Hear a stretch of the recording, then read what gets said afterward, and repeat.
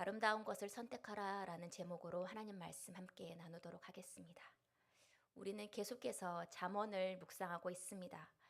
잠언은 지혜의 근원이 바로 여호와를 경외하는 것이다 라고 말하는데요. 우리가 잠언을 묵상하면서 잠언에서 가장 많이 말하고 가장 중요하게 여기는 것이 바로 지혜라면 여호와를 경외하는 것이 우리의 가장 우선시 되어야 할 것입니다. 그렇다면 여기서 하나님을 경외한다는 것은 하나님을 두려워한다는 것이고 동시에 하나님을 존경하는 것을 말합니다. 사람이 여호와 하나님에 대해서 두려움을 갖는 이유는 여러 가지겠지만 근본적으로는 인간이 죄인이고 연약한 존재이기 때문일 것입니다. 이사야는 자신을 하나님께서 선지자로 부르셨을 때 성전 가득히 주의 거룩한 모습을 보면서 자신의 죄를 깨닫게 되고 이렇게 고백하는 것을 볼 수 있습니다. 이사야 6장 5절은 이렇게 말합니다. 화로다 나여 망하게 되었도다. 나는 입술이 부정한 사람이요 나는 입술이 부정한 백성 중에 거주하면서 만군이 여호와이신 왕을 배웠음이로다. 이렇게 고백하며 탄식하는 것을 볼 수가 있습니다. 이렇게 거룩하신 하나님 앞에 죄로 더럽혀진 우리가 서게 될 때에는 두려움과 동시에 부끄러움이 앞서게 됩니다. 그렇다고 해서 우리가 겸손함을 앞서서 하나님 앞에 서는 것을 우리는 두려워하지 말아야 합니다. 그리고 하나님 앞에 서는 것을 피하지 말아야 합니다. 왜냐하면 우리 예수님께서 나의 수치와 죄를 위해서 또 부끄러움과 연약함을 위해서 십자가에 달려 돌아가셨기 때문입니다. 그래서 우리는 나의 허물과 죄를 보고 심판하거나 정죄하지 않으시고 나를 받아주시는 또한 용서해 주시는 그 하나님 앞에 감사함으로 나아갈 수밖에 없습니다. 그리고 이 감사는 다시 한번 하나님을 존경하는 것으로 이어나가게 되어 있습니다. 그래서 하나님께서는 감사와 또한 이 존경이라는 의미를 하나님을 경외하는 법을 알려주시기 위해 우리에게 부모님을 허락해 주셨다고 생각합니다. 너희가 부모님을 존경하듯이 나 하나님을 향한 감사와 존경을 담아서 나를 경외하라는 것입니다. 너희가 예배를 드릴 때에도 삶에서도 나를 그렇게 경외하라는 말입니다.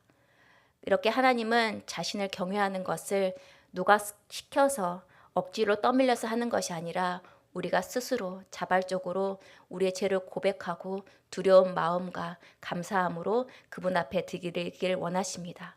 그렇게 이러한 과정이 반복됨을 통해서 우리는 하나님을 경외함을 배우게 되는 것입니다. 이렇게 하나님을 두렵고 존경하는 그 경외하는 사람에게는 하나님께서 지혜를 허락해 주십니다. 이 지혜를 얻음으로 우리는 다시 두 가지가 우리의 삶으로 이어지게 되는 것을 볼 수 있는데 첫 번째는 하나님을 아는 지식이 생기게 된다는 것입니다. 그리고 두 번째는 우리가 그 아는 지식으로 동시에 가치 있는 것을 선택하고 추구하게 된다는 것입니다. 오늘 이 지혜에 관한 두 가지를 생각하면서 함께 말씀을 나누도록 하겠습니다. 첫 번째로 지혜를 얻는 자는 바로 하나님을 아는 지식이 생기게 됩니다. 사무엘상 2장을 보게 되면 엘리와 그 두 아들이 나오게 됩니다. 2장 2절은 이렇게 말합니다. 엘리의 두 아들은 행실이 나빠 여호와를 알지 못하더라. 이 엘리의 두 아들은 제사장이었음에도 불구하고 그 행실이 하나님 보기에 그리고 사람들 보기에 악했던 것을 볼 수가 있습니다. 바로 그 안에 하나님을 아는 지식이 없었기 때문입니다. 그렇다면 우리가 여기서 질문이 생깁니다. 그들은 제사장이었고 제사장이라면 율법을 바로 아는 사람들이었는데 왜 그들에게 하나님의 아는 지식이 없다고 말하는 것일까요? 바로 율법에서 하나님의 말씀을 아는 제사장으로서의 그 가르침을 가벼이 여기고 소홀히 여겼기 때문일 것입니다. 바로 그들은 하나님을 믿어도 하나님의 존재를 또 하나님의 말씀을 소홀히 하고 가볍게 여겼기 때문입니다. 마치 내 눈앞에는 하나님이 보이지 않는 것. 그래서 하나님을 보이지 않는 존재이니까 내 맘대로 해도 된다고 이렇게 여겼기 때문일 것입니다. 그렇다면 우리를 다시 한번 생각해 보게 됩니다. 우리가 어렸을 때부터 혹은 우리가 몇 년 전부터 최근에 신앙생활을 해왔다면 예배 가운데 그리고 여러 공부와 또 서적 가운데 우리가 하나님에 대한 그 관한 것을 무수히 접하고 또한 배우게 되었습니다. 그런데 왜 우리가 예배와 그 하나님을 아는 지식이 우리에게 영향력을 끼치지 못하는지 우리가 한번 생각해 봐야 한다는 것입니다. 그에 대한 많은 이유가 있겠지만 우리가 하나님의 말씀을 그냥 가볍게 여기고 흘려듣지 않았는지 우리가 한번 생각해 봐야 한다는 것입니다. 엘리의 두 아들은 자신의 신분이 제사장이었음에도 불구하고 하나님의 것을 가로챘습니다. 그리고 그들의 마음에 거리낌이 없었습니다. 단지 하나님이 내 앞에 보이지 않는 이 아니란 생각이 하나님을 아는 지식보다 앞서게 된 것입니다. 이것이 한 번이 어려웠지 그것이 계속 진행될수록 그들의 마음은 점점 무뎌져 갔고 그 눈앞의 만족과 그리고 즐거움이 하나님에 대한 아는 지식과 그리고 알을 덮어버리고 가리우게 했습니다. 그렇다면 우리는 여호와를 아는 지식은 하나님의 말씀을 소홀히 여기지 않고 가볍게 여기지 않고 또한 그 말씀을 마음에 새기고 무겁게 여기는 것을 우리가 기억해야겠습니다. 이것이 바로 지혜 얻는 삶의 모습인 것입니다. 하나님의 말씀을, 하나님의 존재를 내 삶 가까이 여기는 코람데오의 삶을 우리가 살아내는 것입니다. 그리고 하나님의 말씀을, 하나님의 존재를 내 가까이 여겼다면 그 말씀대로 살아낼 수 있도록 우리가 순종하는 삶을 살아야 합니다. 여기서 순종이라는 것은 대충이 아니라 내가 할 수 있는 데까지가 아니라 하나님이 원하시는 데까지 내가 그 모습까지 나아가야 한다는 것입니다. 그러할 때 야고보서의 말씀처럼 우리가 믿는 것과 행하는 것에 하나가 될 수 있는 것입니다. 그러할 때 그러한 삶의 자세가 바로 지혜이고 그 지혜가 우리에게 생길 때 우리가 하나님을 바로 아는 지식이 생기게 되는 것입니다. 바라기는 우리에게 하나님을 아는 지식과 또 삶과 아는 것이 하나 되는 삶이 되기를 예수님의 이름으로 축복합니다. 둘째, 지혜를 얻는 자는 또한 가치 있는 것이 무엇인지 생각하고 또한 선택하고 추구하게 되어 있습니다. 본문 10절은 너희가 은을 받지 말고 나의 훈계를 받으며 정금보다 지식을 얻으라 라고 말합니다. 여기서 얻으라는 이 단어는 히브리어로 니파르입니다. 이는 하나님을 아는 지식이 그냥 있어서 저절로 생기는 것이 아니라 너희가 의지적으로 지혜를 선호하고 또 선택해야 얻을 수 있다는 것입니다. 잠언은 오늘날에도 물질을 최고 가치로 여기는 우리 가운데 세상 속에서 사람들에게 은금보다 지혜가 가치 있다라고 말해주고 있습니다. 그렇다면 말씀을 믿는 우리는 정금보다 나은 이 지혜를 의지적으로 우리가 노력하고 선택하고 그것을 얻도록 노력해야 한다는 것입니다. 우리는 돈과 그리고 주식과 주택과 부동산과 금이나 보석을 최고의 가치로 여기고 그것을 추구하는 시대에 살고 있습니다. 젊은 친구들과 또 어린 학생들도 이것이 최고의 가치라고 여기며 그것을 위해 공부하고 또 준비하고 있습니다. 신앙인들조차 물질 만능과 소비 지향의 이 가치관에 현혹되어서 살아가고 있는 것을 볼 수 있습니다. 금보다 귀한 것이 바로 지혜라고 아무리 소리쳐 불러도 그거는 그냥 공허한 메아리로 들릴 때가 많습니다.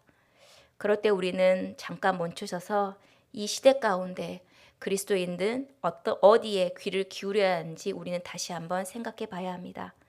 그럴 때 잠언은 하나님의 말에 지혜의 기울이라고 다시 한번 말하게 됩니다. 지혜는 세상의 가치인 금보다 은보다 가장 값진 것을 얻는 것이다 라고 말합니다. 그런데 세상 사람들은 제쳐두고라도 우리의 믿음의 사람들도 지혜를 얻는 것에는 소홀히 하지 않나 라고 생각해 보게 됩니다. 왜냐하면 지혜처럼 보이지 않는 것보다 당장 내 손에 쥐어지는 결과물이나 또 돈이나 또 삶의 여러 가지 조건들이 더 좋아 보이기 때문입니다. 지혜는 그에 비해서 눈에 보이지 않고 당장의 삶의 변화가 보이지 않기 때문에 우리는 지혜를 추구하는 것보다 세상에 우리의 눈이 쏠리는 것을 볼 수 있습니다. 스카솔즈 목사님이 쓰신 아름다운 사람은 저절로 만들어지지 않는다라는 책이 있습니다. 처음에는 이 제목 자체가 마음에 들어서 제가 책을 읽기 시작했는데요. 근데 이 책을 보게 되면 목사님이 오랫동안 목회를 해 오시면서 성도를 접하고 또 성도를 관찰하면서 여러 가지 생각들을 이렇게 격려하는 말들을 쓰는 것을 볼 수가 있었습니다. 그러면서 조금씩 계속 읽어갈수록 성도들이 고통과 시련 가운데 있어도 어떻게 삶을 이겨내야 되는지 격려하는 문장들이 오히려 제목보다 제 마음에 더 와닿았는데요. 그 중에 이런 구절이 있었습니다. 놀랍게도 하나님의 숨은 영광은 인생의 아름다운 것들뿐만 아니라 고통 속에서도 의미 있게 나타난다라고 나와 있는 문구를 보게 되었습니다. 세상은 물질로 너희들이 편하게 살라고 이렇게 말합니다. 안정적인 노후를 보장하고 그것을 위해서 너희가 준비하라라고 말합니다. 그리고 세상의 유행을 따라가는 것이 바로 지혜라고 말합니다. 물론 이것은 틀린 말이 아닙니다. 우리는 그것이 무엇인지 바로 알고 또한 필요할 때 그것을 선택할 수 있는 지혜가 있어야 합니다. 그리고 세상은 지금 반짝이고 화려한 것을 선택한 것이 바로 지혜라고 말합니다. 그런데 거기에 비해서 반대로 하나님의 지혜는 불편해 보입니다. 하나님의 지혜는 거기에 안주하는 것보다 오히려 모험을 제한합니다. 그리고 세상에 지금 따라가는 유행이 아니라 유행에 반하는 것을 요구합니다. 하나님의 지혜는 당장에 반짝이지 않고 그리고 즐겁지 않을 때가 있습니다. 우리가 말씀 묵상할 때도 그런 것 같습니다. 또한 고통스러울 때도 있습니다. 그러나 지혜는 무엇보다 중요한 것이 시간을 요구하는 것 같습니다. 지혜를 선택하고 그 시간을 견디다 보면 바로 빛을 발하는 것이 바로 하나님의 지혜, 또 하나님이 가르쳐 주시는 그 방향성이 아닐까 싶습니다. 바로 세상에 번쩍이는 것에서 대신할 수 없는 것이 바로 이 지혜 가운데 담겨 있다는 것입니다. 그런데 이 지혜는 앞서 살펴본 것처럼 저절로 우리에게 만들어지지 않습니다. 이 지혜는 말씀과 눈물과 기도가 범벅이 되어서 그리고 오랜 시간 발효가 되어서 시간이 흐를수록 더 깊이 있게 됩니다.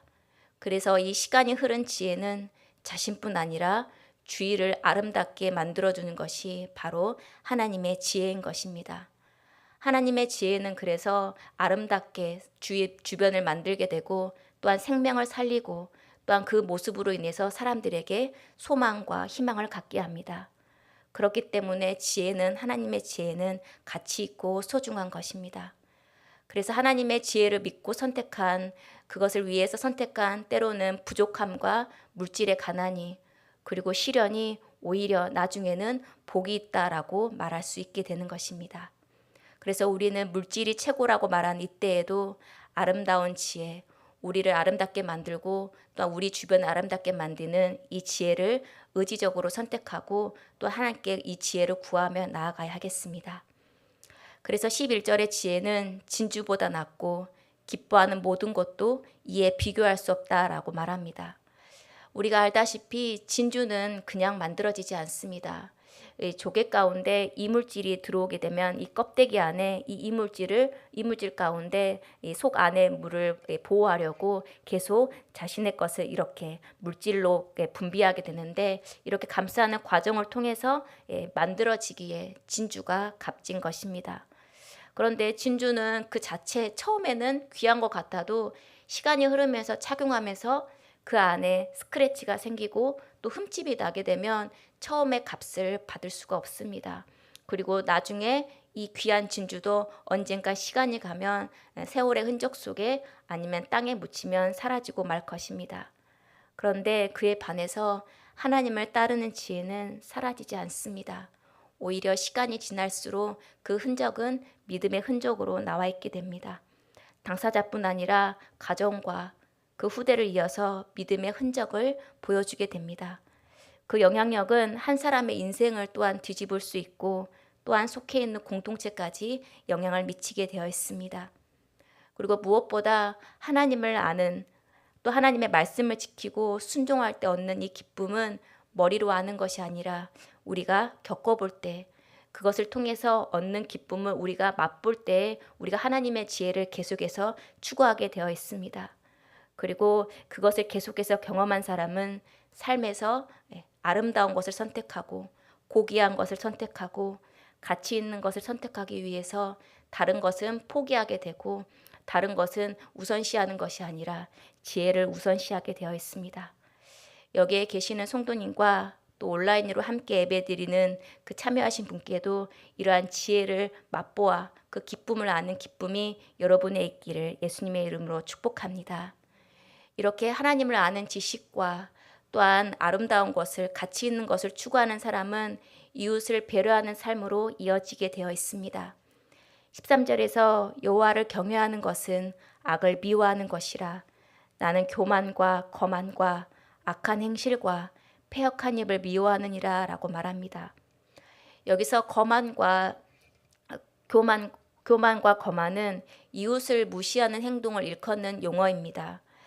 나뿐만 아니라 나로 인해서 가족과 또 상대방과 이웃과 이 행동을 통해서 마찰이 생기는 것을 볼 수가 있습니다. 그리고 점점 시대는 나 혼자만 잘 살면 된다고 말하는 것 같습니다. 그냥 나 혼자만 잘 살고 그냥 이웃에게 피해만 끼치지 않으면 잘 사는 것이라고 이렇게 말합니다.